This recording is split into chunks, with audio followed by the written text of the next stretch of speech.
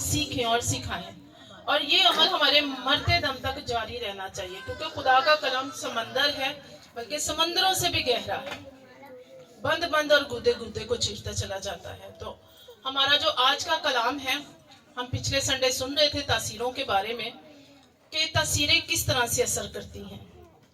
تو اگر ہم اس چیز کو دیکھیں کلام کے حوالہ سے، تو گلتیوں کی کتاب 5 باب اور 6 آیت میں کیا فرماتے ہیں پولس رسول؟ مسیح یسوع میں نہ تو ختنہ کسی کام کا ہے، نہ نامختونی، مگر ایمان جو محبت کی راہ سے اثر کرتا ہے۔ اگر کلام کے حوالے سے ہم دیکھیں تو محبت، امید اور ایمان، یہ تینوں دائمی ہیں، اور پولس رسول نے بھی بڑی خوبصورتی سے اس کے حوالے سے ہمیں سکھایا بھی کہ اگر ہم محبت رکھتے ہیں اور ہمارے اندر ایمان نہیں ہے تو پھر بھی ہم ناکام ہیں، اگر ایمان ہے امید نہیں تو ہم ناکام ہیں۔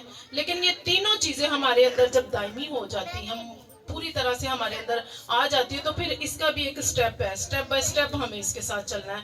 خدا نے جب آدم نے گناہ کیا تو خدا کو ضرورت پڑی انسان کو سکھانے کے لیے، تو خدا نے کیا کیا؟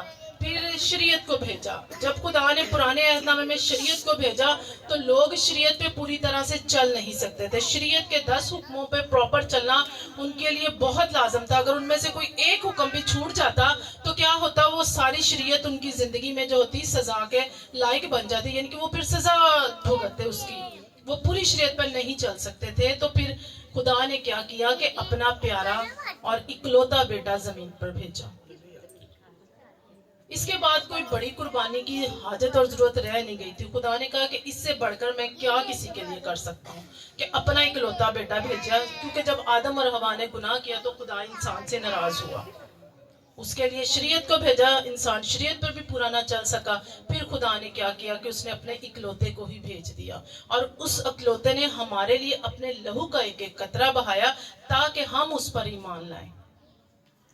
اور اگر آج ہم اس پر ایمان نہیں لاتے اور اس کی قربانی کو نہیں سمجھتے تو پھر ہم بیکار ہیں، ہم مسیحی ہی صرف نام کے مسیحی ہیں۔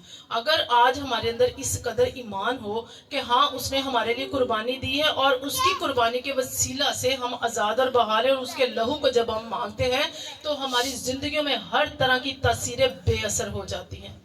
تاثیر کا مطلب ہم لوگ یہ سمجھتے ہیں کہ شاید کسی میں بدروح ہے تو صرف وہی تاثیر ہے، نہیں۔ اگر ہم اس کو گریک کی لینگویج میں، آپ کو پتا ہے کہ ہم نے پچھلے سنڈے سیکھا گریک لینگویج میں اس کے بارے میں کیا بتاتے ہیں کہ ایک رستہ، ایک وے دینا، ایک میتھڈ، مطلب کہ اگر اس پہ چلنا، تاثیر کا مطلب ہے کہ اس پہ چل جانا، یا اس کے لیے رستے کے معنی لیے جاتے ہیں کہ کسی چیز کو رستہ دکھانا۔ تو پھر خدا نے کیا کیا؟ پولس رسول کے وسیلہ سے جب ہم پاک روح القدس ان پر نازل ہوتا شاگردوں پر، تو کیا ہوتا کہ وہ بہت سارے قوتیں پاتے، بہت ساری ان کی زندگیوں میں کام ہوتے، اور ان میں کچھ ایسی باتیں تھی جو بڑی خاص تھی، جیسے روح القدس کی تاثیر میں علمیت آ جاتی، شفا کی قدرت آ جاتی، یہ تاثیریں تھی، معجزات کی قدرت آ جاتی، غیر زبان بولنے کی قدرت آ جاتی، غیر زبانوں کا ترجمہ سمجھنے کی قدرت آ جاتی۔ تو یہ کیا تھی؟ یہ پاک روح القدس کے وسیلے سے ان کی زندگیوں میں تاثیریں اثر کر رہی تھی۔ تو تاثیریں صرف یہ نہیں ہے کہ بدروحی کوئی تاثیر ہے، لیکن ہم جب ایمان سے دیکھتے ہیں اور ہم جب مسیحی ہیں تو ہمارا ایمان اس بات پہ کہ روح القدس کی تاثیریں ہمارے اندر کام کرتی ہیں، اور خدا نے وہ تاثیریں ہمارے لیے کیا کہ کلام کے وسیلہ سے ہم تک پہنچائی ہیں۔ کسی کو خدا نے شفا کی نعمت دی، کسی کو خدا نے علمیت کی نعمت دی، تو کسی کو معجزات کرنے کی۔ اس طرح سے کلام کو جب ہم سیکھتے جاتے ہیں، یہ تاثیریں، روح القدس کی تاثیریں ہمارے اندر سریت کرتی چلی جاتی ہیں۔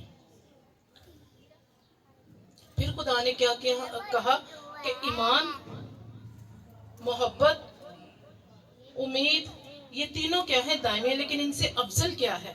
محبت۔ کیوں افضل ہے؟ کیونکہ وہ خدا کے اندر سے نکلی۔ ایمان تو ہمارا اپنا کام ہے کہ ہم نے ایمان رکھنا ہے تو ہمارے لیے وہ ہو جانا ہے۔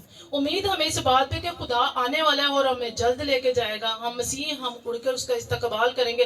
لیکن محبت جو خدا کے اندر سے ہمیں ملی، اس لیے محبت کو خدا نے اول درجہ دیا، اور ان سب سے بڑھ کر کہا کہ محبت سب سے بڑھ کر ہے، کیونکہ وہ خدا نے اس سے بڑھ کر کیا محبت کرتا کہ اپنا اکلوتا بیٹا بخش دیا، اور اس نے اس سے بڑھ کر کیا محبت کرنی تھی کہ آسمان کو چھوڑ کر زمین پر آ گیا تاکہ وہ اپنے لوگوں کے لیے جان کو قربان کرے, اپنے لہو کو بہائے اور ہمیں آزاد اور بحال کرے. ہم جب اس کے لہو پر ایمان لے آتے ہیں تو ہماری یہ امید ہوتی ہے کہ ہم نے اس کو اپنی زندگی میں اپنا لیا, اور ہم اس کے ساتھ اس بات پہ امید رکھتے ہیں کہ ہم آسمان پر جائیں گے. لیکن ان سب کے ساتھ ہمیں ایک دوسرے سے محبت رکھنی ہے, خدا سے محبت رکھنی ہے, کیونکہ محبت خدا کے اندر ہمیں ملتی ہے. ہم تو کبھی کسی نہ کسی بات سے کسی سے نفرت بھی کرتے ہیں, جھگڑا بھی کرتے ہیں, لیکن خدا کسی سے نفرت نہیں کرتا. وہ پورے عالم کے لیے آیا اور اس نے پورے عالم کے لیے جان دی ہے. تو اس سے بڑھ کر محبت کی کیا مثال ہو سکتی ہے کہ کوئی اپنا اکلوتا بیٹا ہی دے دے.